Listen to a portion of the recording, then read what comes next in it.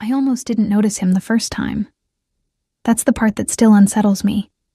The idea that danger can walk into a room wearing a perfectly pressed suit, smelling of cedarwood and something darker underneath, and your body registers the threat before your mind does. My hands knew before I did. They trembled slightly as I poured the water, the crystal pitcher catching the low amber light of the private dining room, and a small voice somewhere deep in my chest whispered, "Be careful." I ignored it, the way I always ignored things that made me feel too much. My name is Ava. I have been cleaning other people's beautiful things for 3 years. Polishing marble countertops I will never own, folding linen sheets I will never sleep in, moving through rooms like a ghost no one bothers to acknowledge. It is not a life I dreamed of, but it is mine, and I have learned to find small dignities in it. The particular satisfaction of a spotless surface, the silence of an empty hallway in the early morning, the way sunlight moves through expensive glass like it belongs to no one and everyone at once. I worked for a staffing agency that placed domestic workers in high-end households and private events across the city. That Thursday, they sent me to Nobu, though not the public restaurant. The private floor, accessible only by a separate elevator that required a keycard. I had worked events like this before. Corporate dinners, discreet celebrations, the kind of gatherings where men in beautiful clothes spoke in low voices about things they would never say in front of cameras. I was not supposed to observe. I was supposed to be invisible. The room was arranged with 4 circular tables, each seating 2. Fresh orchids, candles that smelled of black amber, a pianist playing something melancholy in the corner. I noticed the security immediately. 2 men near the entrance who were too still, too alert, their eyes moving in patterns rather than wandering the way ordinary people's eyes do. A third stood just outside the hallway. None of them wore uniforms. All of them wore earpieces. And then I noticed the man they surrounded. He was younger than I expected. That was the first thing. His youth, startling against the authority he carried without effort or announcement. Korean, with the kind of face that belonged in a different context entirely. Something quieter and less complicated than whatever this was. Sharp jaw, dark eyes that absorbed the room in unhurried sweeps. Black suit, perfectly fitted, the collar of his white shirt open at the throat. And there, climbing from beneath the fabric, curling up his neck in elaborate dark ink, tattoos that told a different story than the elegance of everything else about him.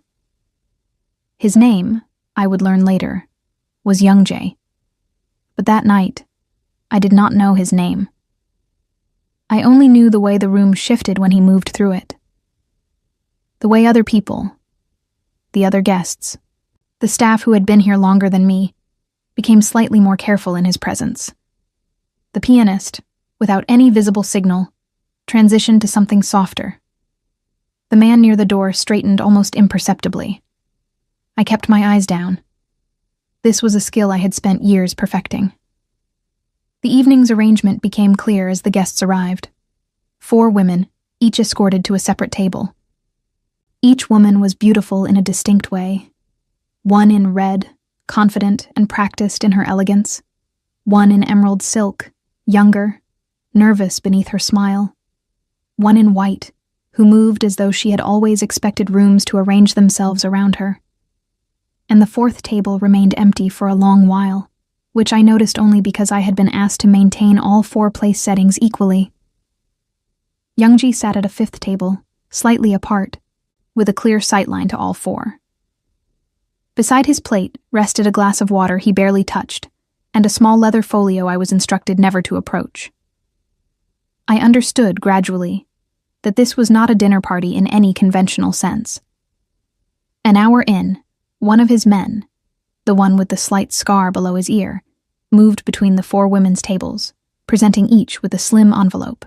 I was close enough to the 2nd table to hear the small sound the woman in emerald made when she opened hers. Not quite a gasp. Something more restrained than that, but unmistakable. I didn't see what was inside. I was already moving to refill a water glass. What I did notice was Youngjae watching. Not the women. Not exactly. He was watching their reactions. His expression gave away nothing, but his attention was total, the way a very still body of water contains enormous depth. One finger rested lightly against his jaw. He did not smile. He only watched. The woman in red laughed and said something in a low voice to the man who had delivered her envelope. The woman in white examined her envelope's contents with the practiced neutrality of someone who has received expensive gifts before and knows how to appear appropriately unsurprised. The young woman in emerald pressed her lips together and stared at the table. By the time the dinner concluded and the guests began departing, I had nearly forgotten the evening's strangeness. I was focused on clearing the orchid centerpiece from the first table when I heard a sound that did not belong. A small, sharp impact. Glass on marble. I turned without thinking. The crystal water glass I had set at the empty fourth table, the one that had never been occupied, had tipped. A slow spread of water moved across the white linen. I reached for it quickly, pressing my service cloth to the tablecloth, and in doing so I stepped back and collided, solidly, with something behind me. Not something. Someone. The impact was enough to send the small leather folio I had been warned never to approach skidding from the edge of a nearby stand, scattering its contents across the floor. Several envelopes. A single black card, matte and heavy, unlike anything I had ever held. I dropped to my knees immediately, gathering everything with shaking hands. I'm so sorry. I'm so sorry I didn't see. The room had gone very quiet. I looked up. Young Jay stood above me. Close. Closer than I had ever been to someone who carried this particular quality of danger, and I understood in that moment that danger did not always announce itself with raised voices or visible weapons. Sometimes it arrived in perfect stillness, in the measured way a man looked down at you from a great height, not in physical stature, though he was tall, but in some other dimension entirely, one that had nothing to do with furniture or floors. His dark eyes moved from my face to the scattered envelopes to the black card now in my hand. I had not meant to pick it up. My fingers had acted on instinct, gathering everything within reach. "Stand up," he said. His voice was low, unhurried, accented in a way that made each word feel chosen rather than automatic. I stood. The card was still in my hand. I held it out to him immediately, my arm steady through sheer willpower, because everything else inside me was not. He did not take it right away. He looked at me for a long moment, the kind of look that does not catalog appearance but catalogs something else, something I did not have a name for. Then his gaze moved to the card, then back to my face. "What is your name?" he asked. "Ava," I said. "I work for the agency. I'm very sorry about the folio. Nothing is damaged. I made sure—" "Ava." He repeated it as though testing its weight. Not unkindly. Not warmly either. Simply as a fact being filed somewhere. He took the card from my hand. His fingers brushed mine for less than a second. The contact was nothing. It was the most ordinary thing in the world. And yet I felt it travel up my arm and settle somewhere near my sternum, strange and unwelcome. "The glass," he said. "I'll replace the linen immediately." "No." He glanced at the overturned glass, then back at me. "The fourth table was supposed to remain untouched. Who told you to set it?" I blinked. "The event coordinator. She said 4 tables, 4 full settings." Something shifted in his expression. Not anger. Something more internal than that. He opened the leather folio, glanced inside, and closed it with the quiet precision of someone accustomed to controlling whatever reaction they allowed themselves. Then he looked at me again. "Go home," he said. "The agency will receive your payment." He turned away before I could respond. His security moved with him, the 3 men reshaping themselves around his trajectory, as naturally as water moving around stone. Within moments, the room contained only the pianist, now silent, the remaining staff, and me, standing beside a wet tablecloth with the distinct sensation that something had just begun that I did not yet have the vocabulary to describe.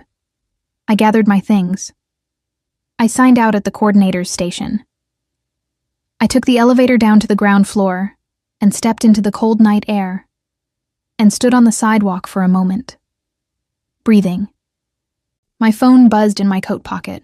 An unknown number. A message containing only 3 lines. Tomorrow. 9 a.m. 14 Harwick Place. Come alone. The city noise continued around me.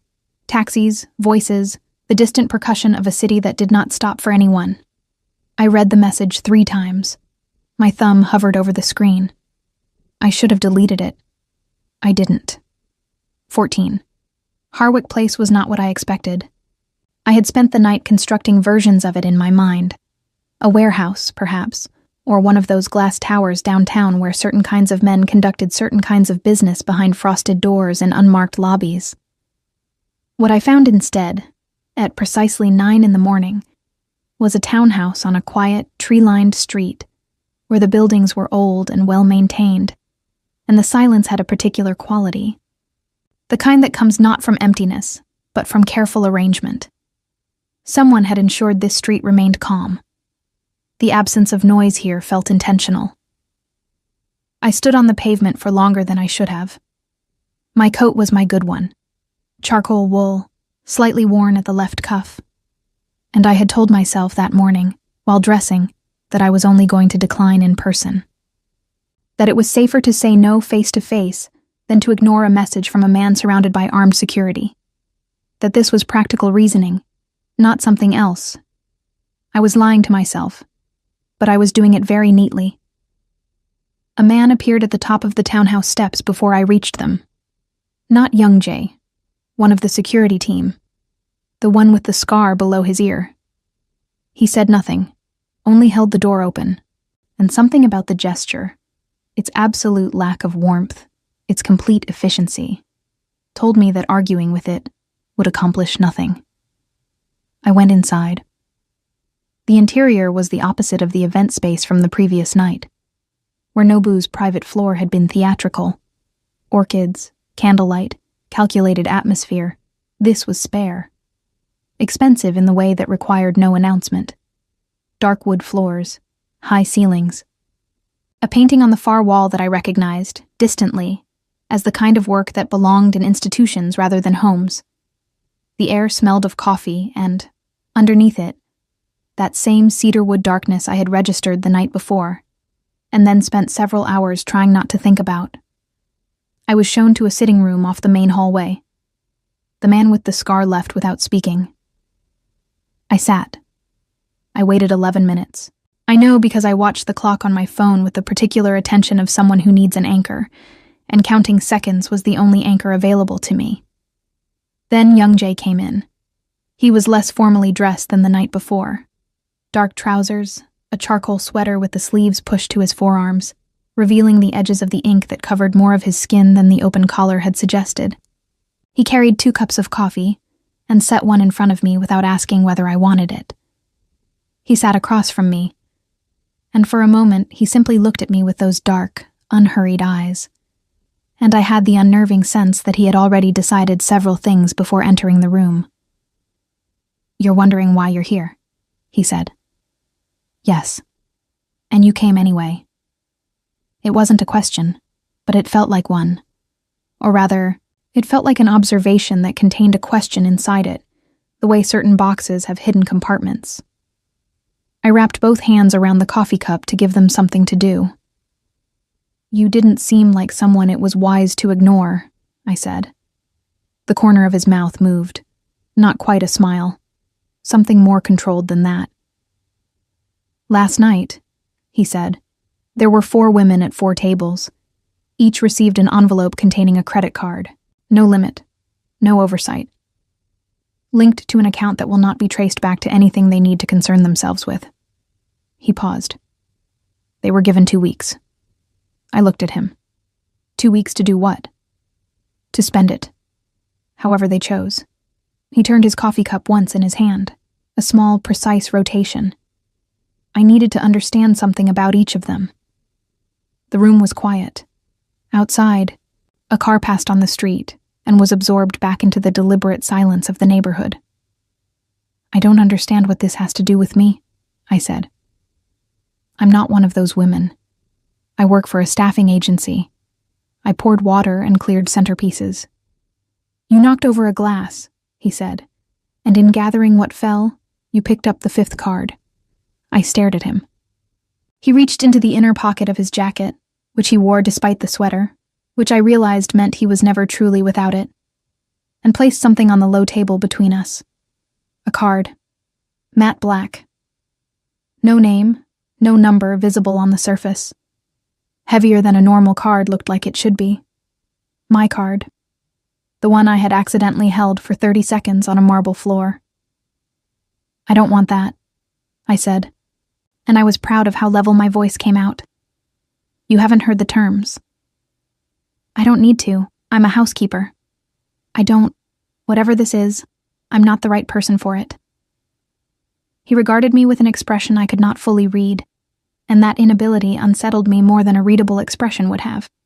A man who lets you see his reactions is a man who has decided you are not a threat. A man whose face reveals only what he chooses to reveal is something else entirely. The women I selected, he said carefully, were chosen because they exist in a particular proximity to my world. Each of them has a connection I needed to examine. What a person purchases when given unlimited resources and zero accountability tells me more than any conversation could. He glanced at the card on the table. You were not selected. What happened was an accident. But I am someone who pays attention to accidents. Why?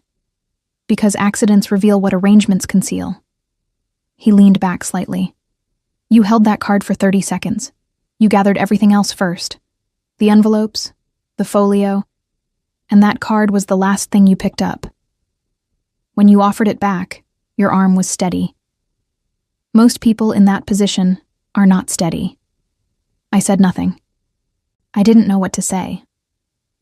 I want to add a 5th participant, he said. You would have the same card, the same 2 weeks, the same complete freedom to spend as you choose.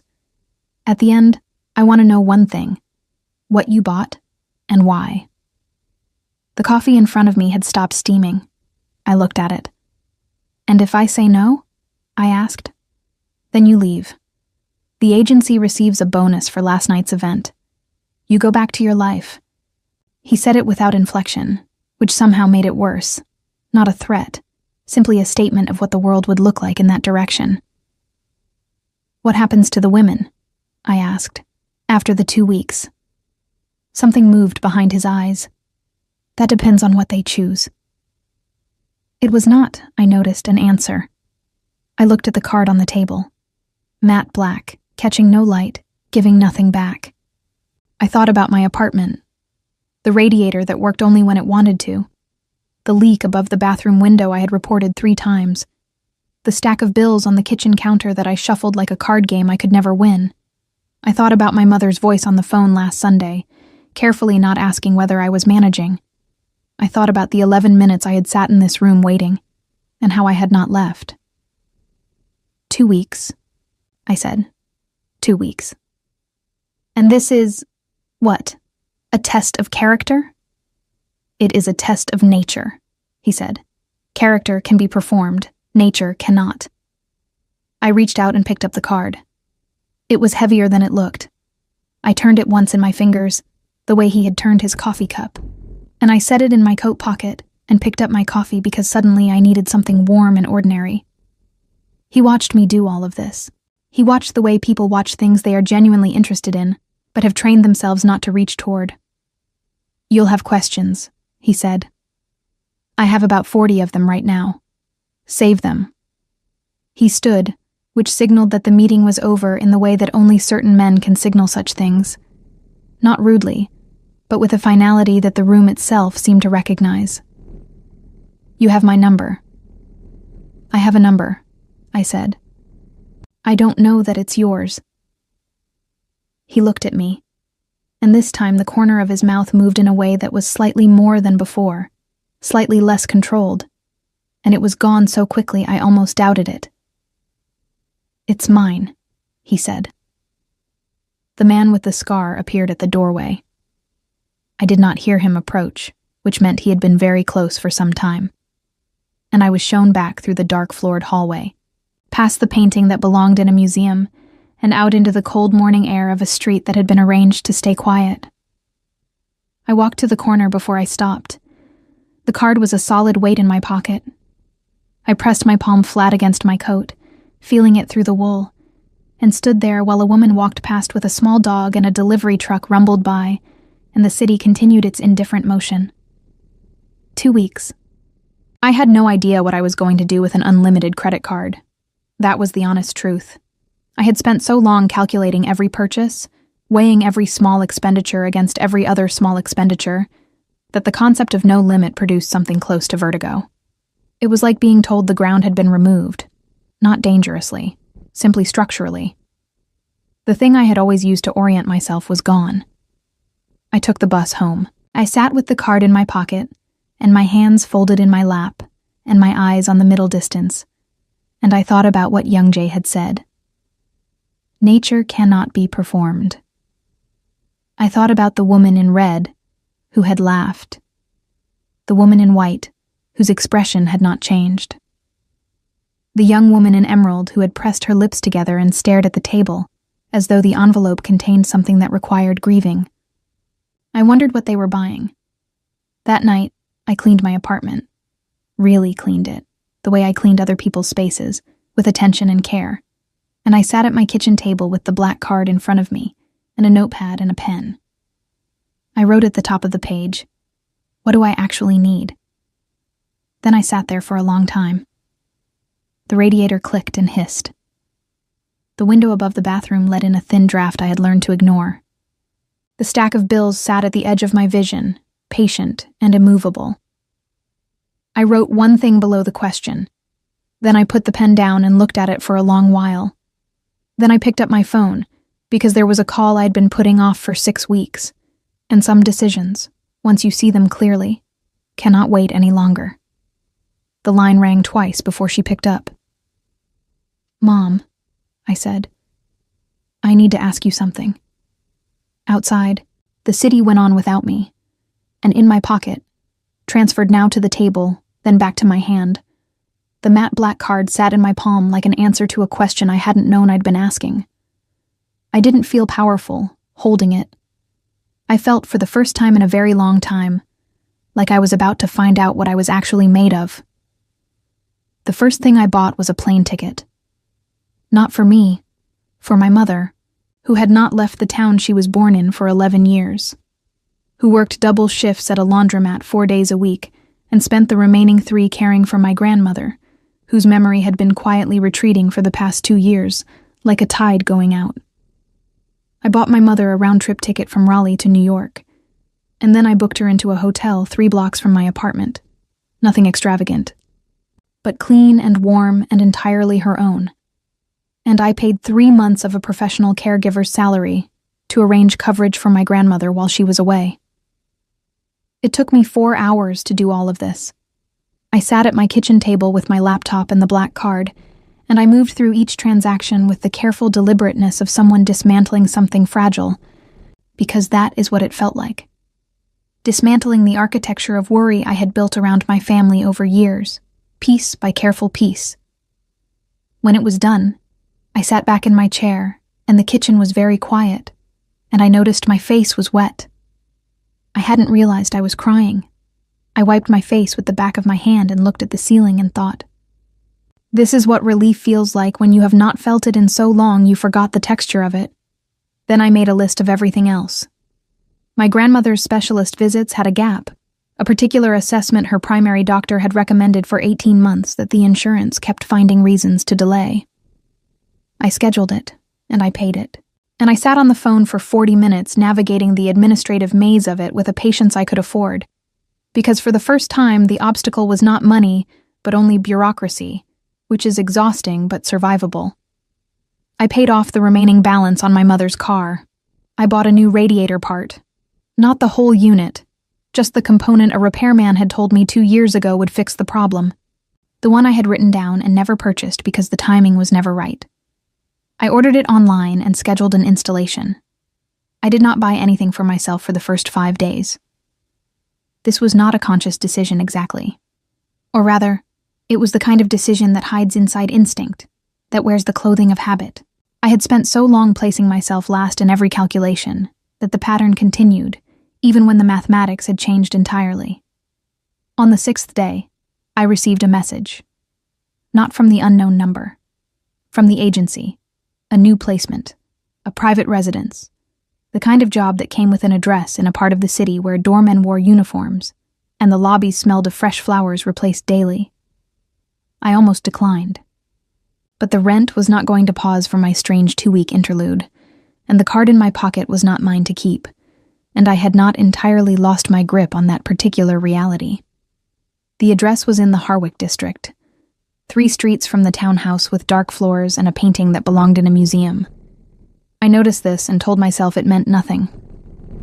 The residence was a penthouse, the kind that occupies an entire floor and refers to its rooms by their orientations.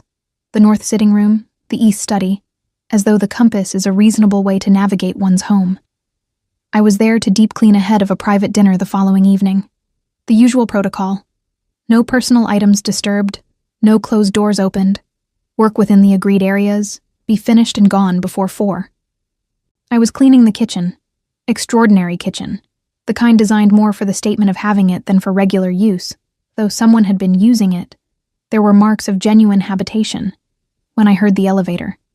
In a residence like that, the elevator opened directly into the entry hall. I heard the doors, and then footsteps, and then a voice I recognized with a physical response that moved through me before I could intercept it. A tightening across the shoulders, a new alertness in the room, as though the air itself recalibrated. I set down the cloth I was holding. Young Jay appeared in the kitchen doorway.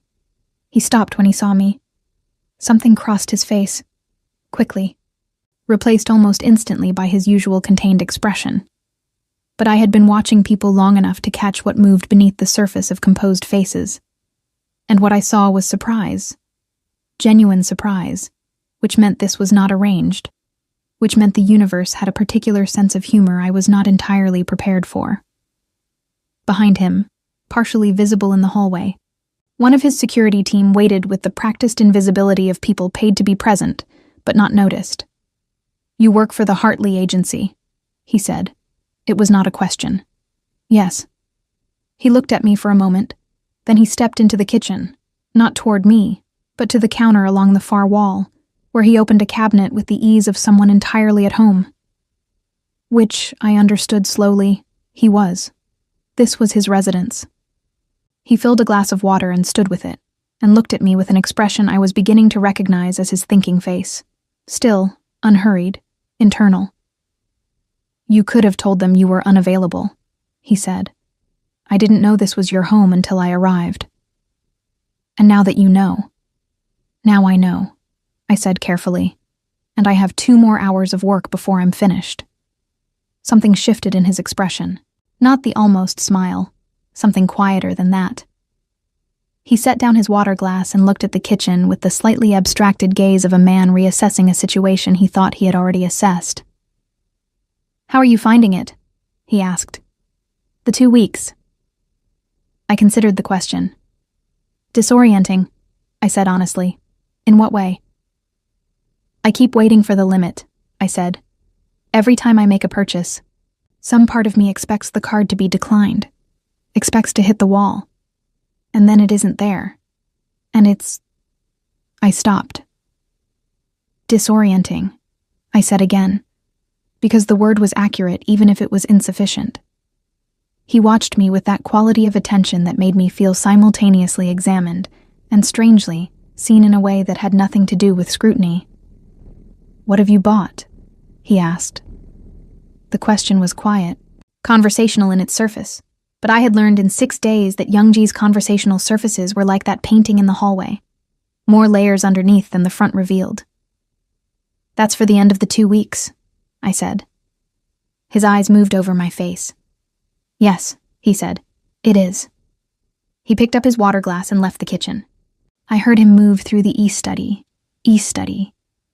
and then a door closed somewhere distant in the apartment, and I stood beside the extraordinary counter in the extraordinary kitchen and pressed both palms flat against the cool surface and took several careful breaths. I finished my work in 2 hours and 7 minutes. On my way out, I passed the entry hall, and on the console table near the elevator, I noticed something that had not been there when I arrived. A small paper bag, the kind from a bakery. On it, a single word written in a handwriting that was precise and slightly angular. Ava. Inside, a coffee, still warm, and a pastry wrapped in wax paper. I stood there looking at it for a long moment. Then I took it, because refusing felt like a different kind of performance than accepting. And I had been in this man's orbit long enough to understand that performing indifference I did not feel was not the same as possessing it. The coffee was exactly the way I took it. I had told him nothing about how I took my coffee. I had not been back to the townhouse since that first morning, which meant he had noticed at the dinner 2 weeks prior the cup I had been given and barely touched. And he had remembered. A man who notices what you take in your coffee and files it away for later is either very considerate or very deliberate, and I was not yet certain which of those things was more unsettling. The second week moved differently than the first. My mother arrived on a Thursday, smaller than I remembered and more tired around the eyes, and when she stepped through the arrival gate and saw me, she did something she had not done in years. She stopped walking and just looked at me, the way you look at something you have been worried about and are relieved to find intact. We did not talk about the card. I had described it only as a work arrangement, a temporary provision, vague enough to be technically true. What I told her instead was, "You are here, and there is nothing to manage this week, and we are going to simply be in the same place for a few days." We walked in the park. We found a restaurant she liked, nothing expensive. She was suspicious of expensive. She ordered the soup and was delighted by it. We sat in my apartment in the evenings, and she fixed the hem on 2 of my work blouses that I had been meaning to address for months, and I sat across from her and watched her hands and felt the specific ache of loving someone you do not see enough. On her third evening, she looked at me across the kitchen table and said, "Ava, what is happening with you?" "What do you mean?" "I mean something is different. You seem—" She searched for the word. Pulled in 2 directions. I looked at my hands. "There's someone," I said, which was both the most honest and least complete sentence I could construct. She was quiet for a moment. "Someone good?" "I don't know yet," I said. "I think he might be. In a way that doesn't make immediate sense." She considered this with the patience of a woman who has learned that pressing daughters rarely yields more than closing them. "Be careful," she said finally. Not a warning exactly. Something more like, remember who you are while you figure out who he is. 3 days after my mother flew home, I received a message from Young Jay's number. 2 weeks is tomorrow. I sat on my bed and read it 3 times, and then typed back, "I know." 3 minutes passed. Come at 9. I set the phone face down on the mattress and lay back and stared at the ceiling and thought about what I had written in my notepad that first night, what I had bought, what it meant. What I was going to walk into that townhouse and say, and whether the saying of it would change something between us that I was only beginning to understand, had been changing regardless. My phone buzzed once more. This time it wasn't a message. It was a photograph. Taken, I realized after a disoriented moment, from a car on a street I recognized. My street. My building's entrance, visible in the background. No message attached. No explanation. Just the image, and the understanding it carried. That he had been there, outside, in a car I had not noticed, watching the building the way people watch things they are not ready to approach directly. I pressed the phone to my chest, and lay in the dark and thought, this man is dangerous in every way I already knew, and in at least one way I didn't. The ceiling told me nothing useful. Morning was 9 hours away. I did not sleep well. The kind of sleeplessness that is not about insomnia, but about a mind that refuses to stop moving, turning things over the way hands turn stones on a riverbed, examining the underneath, replacing, turning the next one.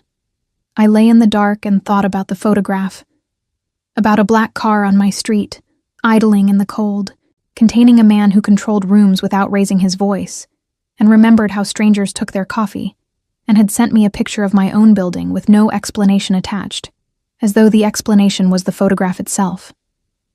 I thought about what that meant. I had spent enough of my life around powerful men. Not men like Youngjay, not that particular species of quiet authority, but powerful in the ordinary ways. The ways that express themselves in dismissal and assumption, to understand the difference between a man who watches because he wants to possess and a man who watches because he cannot stop himself. The first kind is a warning. The second kind is something more complicated. I was not certain yet which one Youngjay was, and the uncertainty itself was information.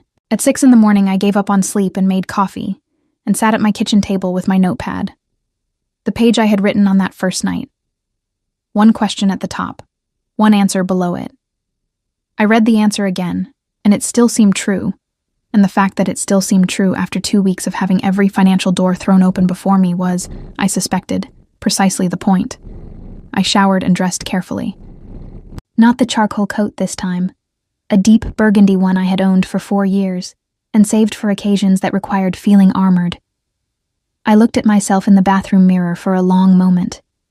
Brown skin, dark eyes, the small gold hoops I wore every day, my mother's face in parts of mine, a woman who had been cleaning other people's beautiful things, and who had been handed, briefly, a key to something she did not fully understand, and had used it the way she used everything, practically, quietly, with her family at the center of the calculation. I picked up the black card from the nightstand. I held it one last time. Then I put it in my coat pocket and went to Harwick Place. The same man opened the door. The same dark floors, the same museum painting, the same smell of cedarwood that I had by now associated so completely with this house that encountering it elsewhere would have felt like a minor haunting. I was shown to the same sitting room, but this time there was no 11-minute wait.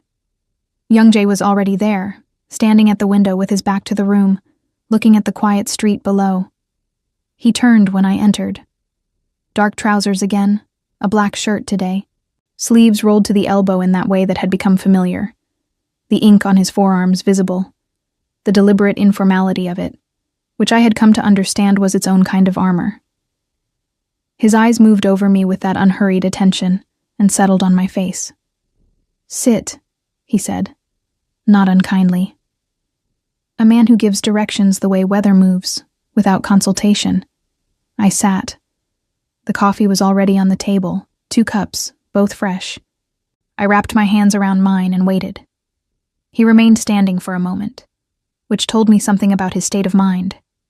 Youngjay seated was Youngjay fully in control of a situation. Youngjay standing was Youngjay still navigating one. Then he sat, in the chair across from me, and rested his forearms on his knees, and looked at me steadily. "The other 4 women," he said. "Do you want to know what they bought?" I considered. "Only if it's relevant to what you're about to tell me." Something shifted in his expression, that quality of recalibration I had seen before. "It is," he said. He listed them without consulting anything, which meant he had been carrying the information in his head, which meant it mattered to him in a way that went beyond data collection. The woman in red had spent heavily on herself.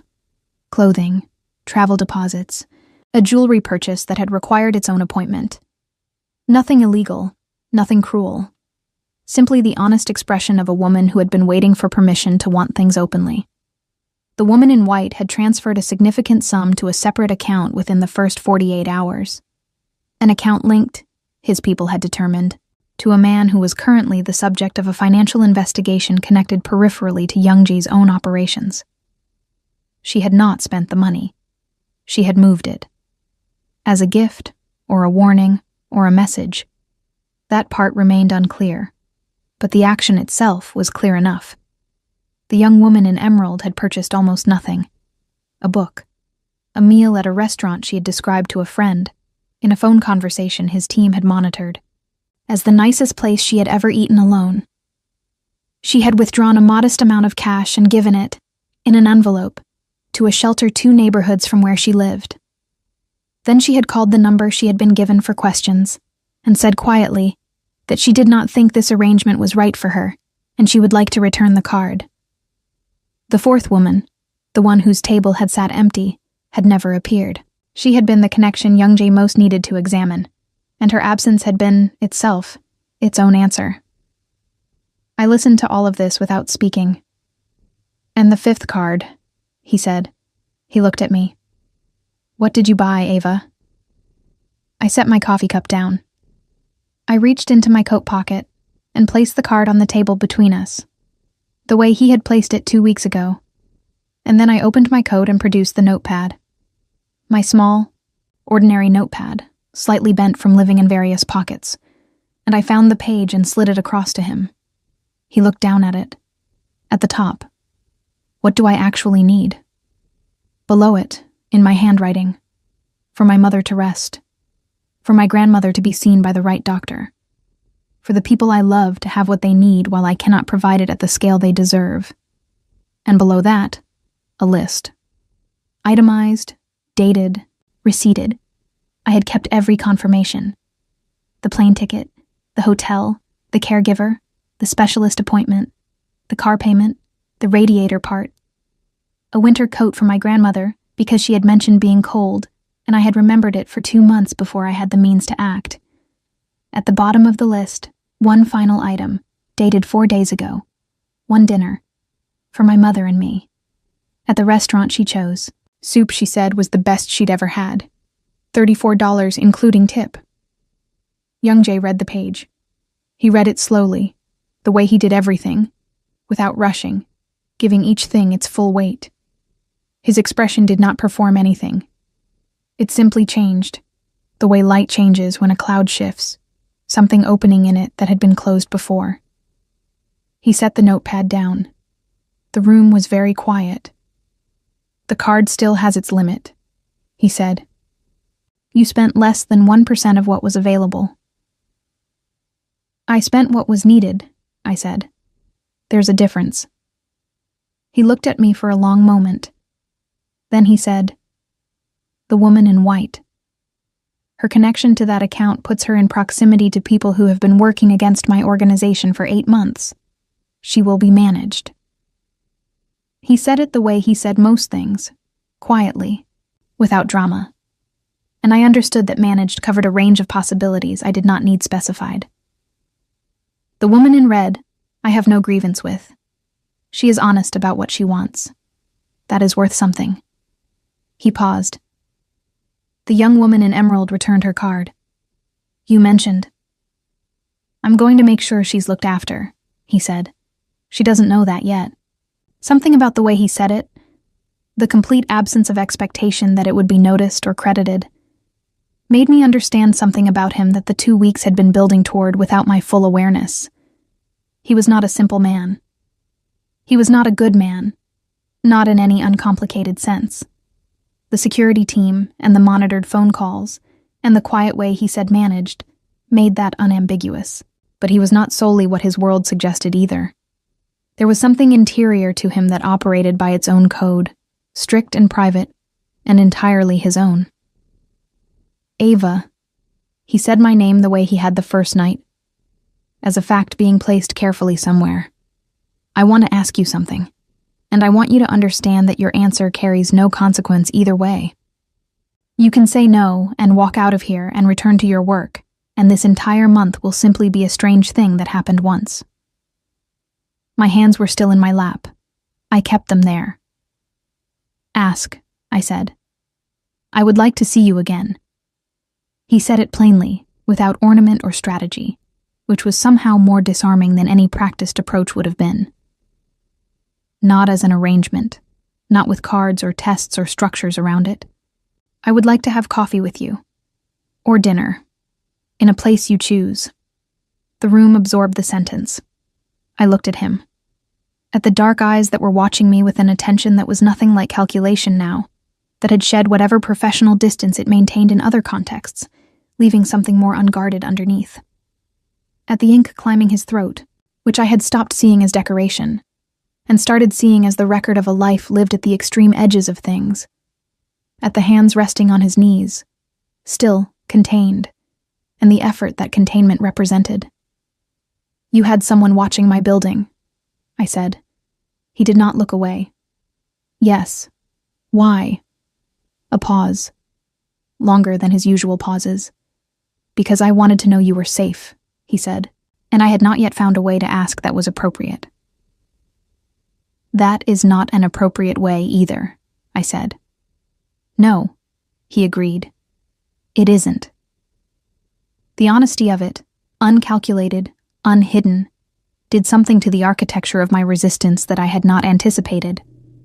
I had prepared for deflection, for the smooth redirection of a man accustomed to managing other people's perceptions. I had not prepared for him to simply agree that he had overstepped and wait, without defense, for whatever I decided to do with that. You're dangerous, I said. Not an accusation, an acknowledgement. Yes, he said. Again, simply. The world you're in is not one I can ask you to enter, he said. I know what it is. I'm not asking you to come into it. I'm asking if you'll have coffee with me. Outside, a car moved slowly down the quiet street. The painting on the far wall held its light. The security man was somewhere in the building, present and invisible, and the city continued beyond the window. And I sat in a chair across from a man who was dangerous and honest about it, and had remembered how I took my coffee, and had stood outside my building in the cold, because he had not yet found a way to ask if I was all right. The card sat on the table between us, matte black, returned.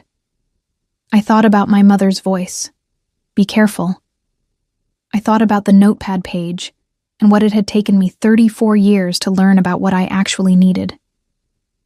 I thought about the woman I had seen in the mirror this morning, armored in burgundy, clear-eyed, tired of making herself smaller than the space she occupied. Coffee, I said. One coffee, somewhere I choose. The thing that moved across his face then was not the almost smile I had catalogued before. It was something fuller than that, something that arrived before he could contain it, and lasted 2 full seconds before the habitual composure returned. 2 seconds was, I was learning, a very long time in the economy of Young Jay's expressions. Somewhere you choose, he agreed. I stood and picked up my notepad and left the card on the table between us. As I moved toward the door, his voice reached me. Quiet, as always, carrying further than it should. Ava. I turned. The radiator, he said. Did they fix it? I stared at him. How do you know about the radiator? He looked at me with those dark, steady eyes and said nothing, and the silence itself was an answer I was not entirely sure I was ready to sit with. I walked out into the cold air of Harwick Place, with my pulse doing something irregular, and my mind turning over a question I already knew I would not be able to put down. How much had he been paying attention, and for how long? I chose a coffee shop in my neighborhood. This was deliberate. Not a provocation exactly, but a statement. The kind made without words, through geography. If Young Jay wanted to enter my world, even briefly, he would have to come to it. He would have to sit in a place where the chairs did not match, and the espresso machine was loud, and the woman behind the counter knew my order and called me by name, where nothing had been curated for the comfort of men who arrived in black cars with security details. He agreed without hesitation when I sent the address. He arrived 8 minutes early. I know because I was already there, in the corner seat I always took, and I watched him come through the door with the particular attention of someone who has been thinking about a person for 10 days and is now reconciling the thought with the reality. He was alone, or appeared to be. I looked past him at the street and identified the car idling half a block down and the man who had positioned himself near the window of the bookshop opposite, reading nothing. Not alone, then, but making the effort to appear so, which I understood was its own concession. He folded himself into the chair across from me with the slight adjustment of a large, careful man navigating a space built for ordinary dimensions. And he looked around the coffee shop with that habitual environmental sweep. Exits, occupants, sightlines. And then he looked at me, and something in his face settled. You come here often, he said, not a question. He had noticed the woman behind the counter lift her chin in greeting when I arrived. Every morning I'm not working, I said. The coffee is better than it looks like it should be. His arrived. He had ordered at the counter, which had clearly required some internal negotiation on someone's part. A man like him standing in a queue, wallet appearing from a jacket that cost more than my monthly rent. And he wrapped both hands around the mug the way I had wrapped mine that first morning at the townhouse, and I recognized the gesture as something genuine rather than mirrored. People who hold hot cups like that are people who grew up needing the warmth. Tell me something about yourself, I said. That isn't about the other thing. He looked at me steadily. The other thing. The part of your life I'm not going to ask about. A pause. Then, I grew up in Incheon.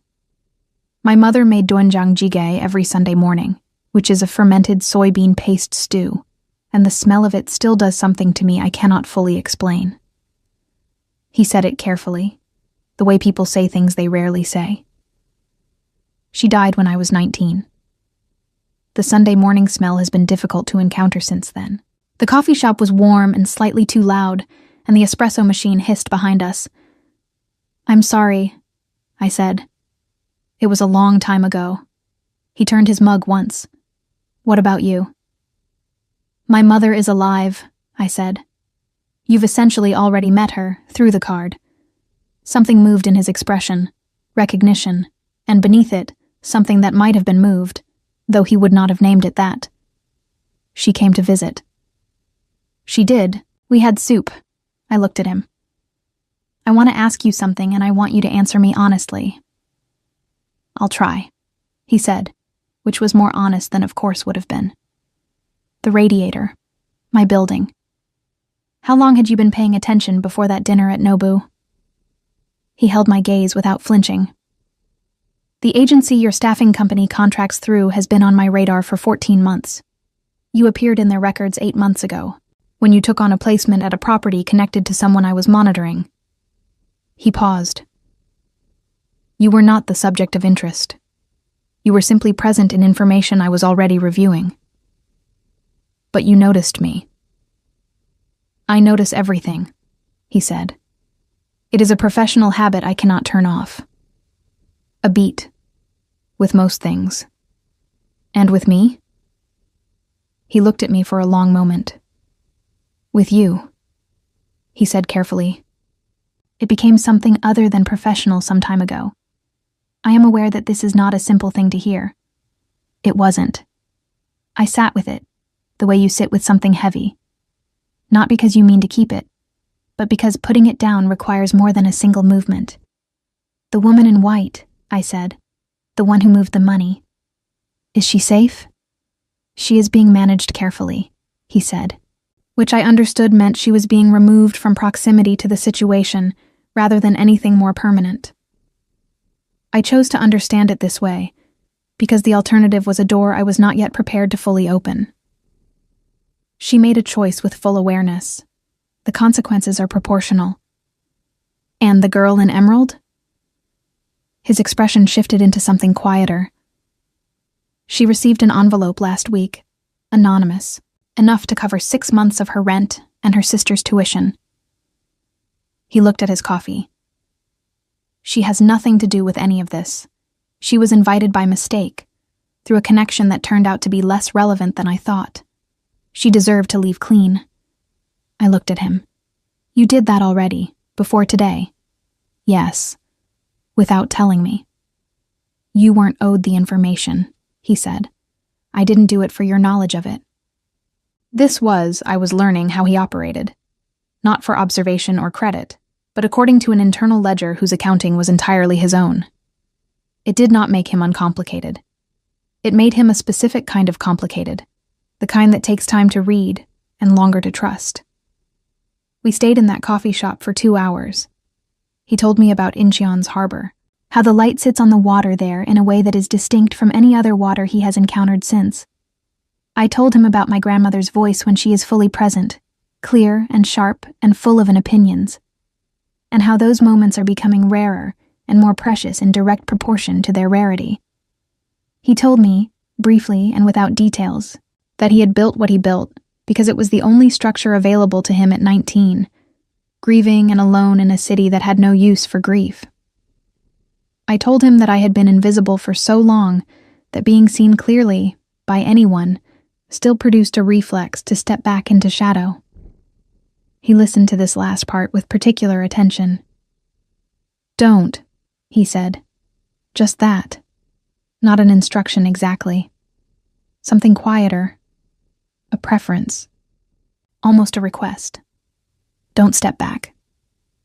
Outside, the city moved through its ordinary morning, and the man by the bookshop turned pages he wasn't reading, and the car idled half a block down, and none of this was simple or clean, or without its complications. I knew what Young Jay was.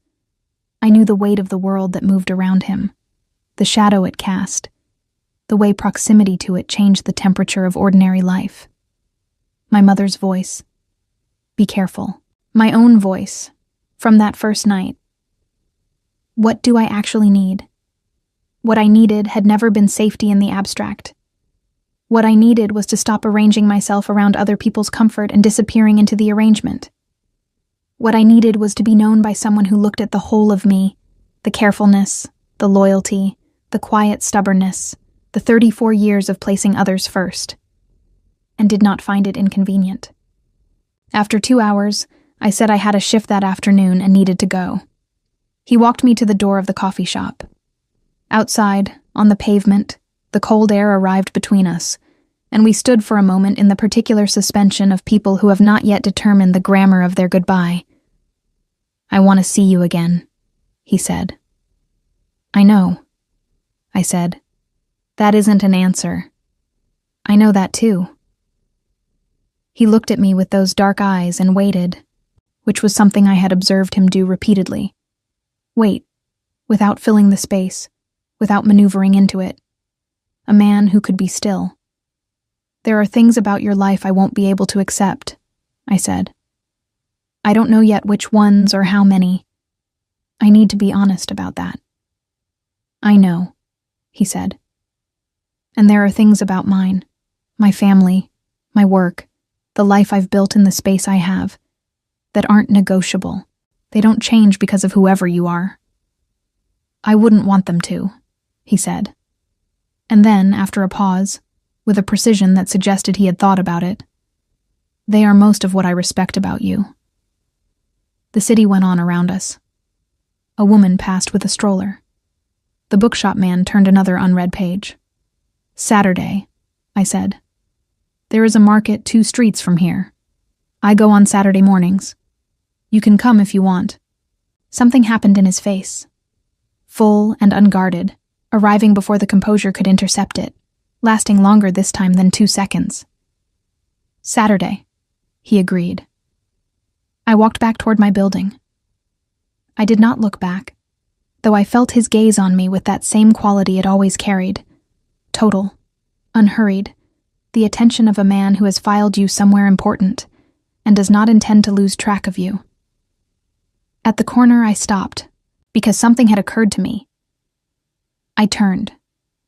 He was still there, on the pavement outside the coffee shop, watching me with his hands in his jacket pockets and the cold air around him and the quiet street behind him, exactly as still as he always was, as though the city moved and he simply remained. I thought about a matte black card, heavier than it looked. A notepad page. Soup at $34, including tip. A photograph of my building sent in the dark by a man who did not yet have appropriate language for concern. A radiator, finally fixed. My mother's hands, hemming my blouses in a warm kitchen. I thought about the woman I had seen in the mirror, armored, clear-eyed, done with disappearing. I raised one hand. A small gesture, an acknowledgement. He raised one in return, equally small, equally precise.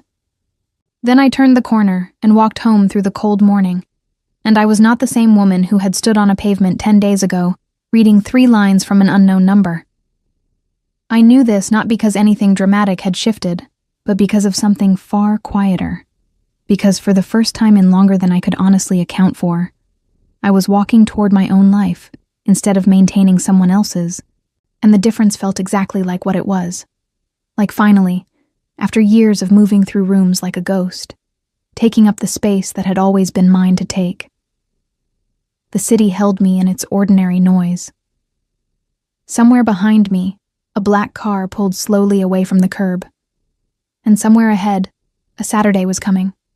A market, 2 streets from my building, where nothing was arranged and nothing was tested, and 2 people would simply be in the same place at the same time, choosing it. That was enough. I was learning exactly enough.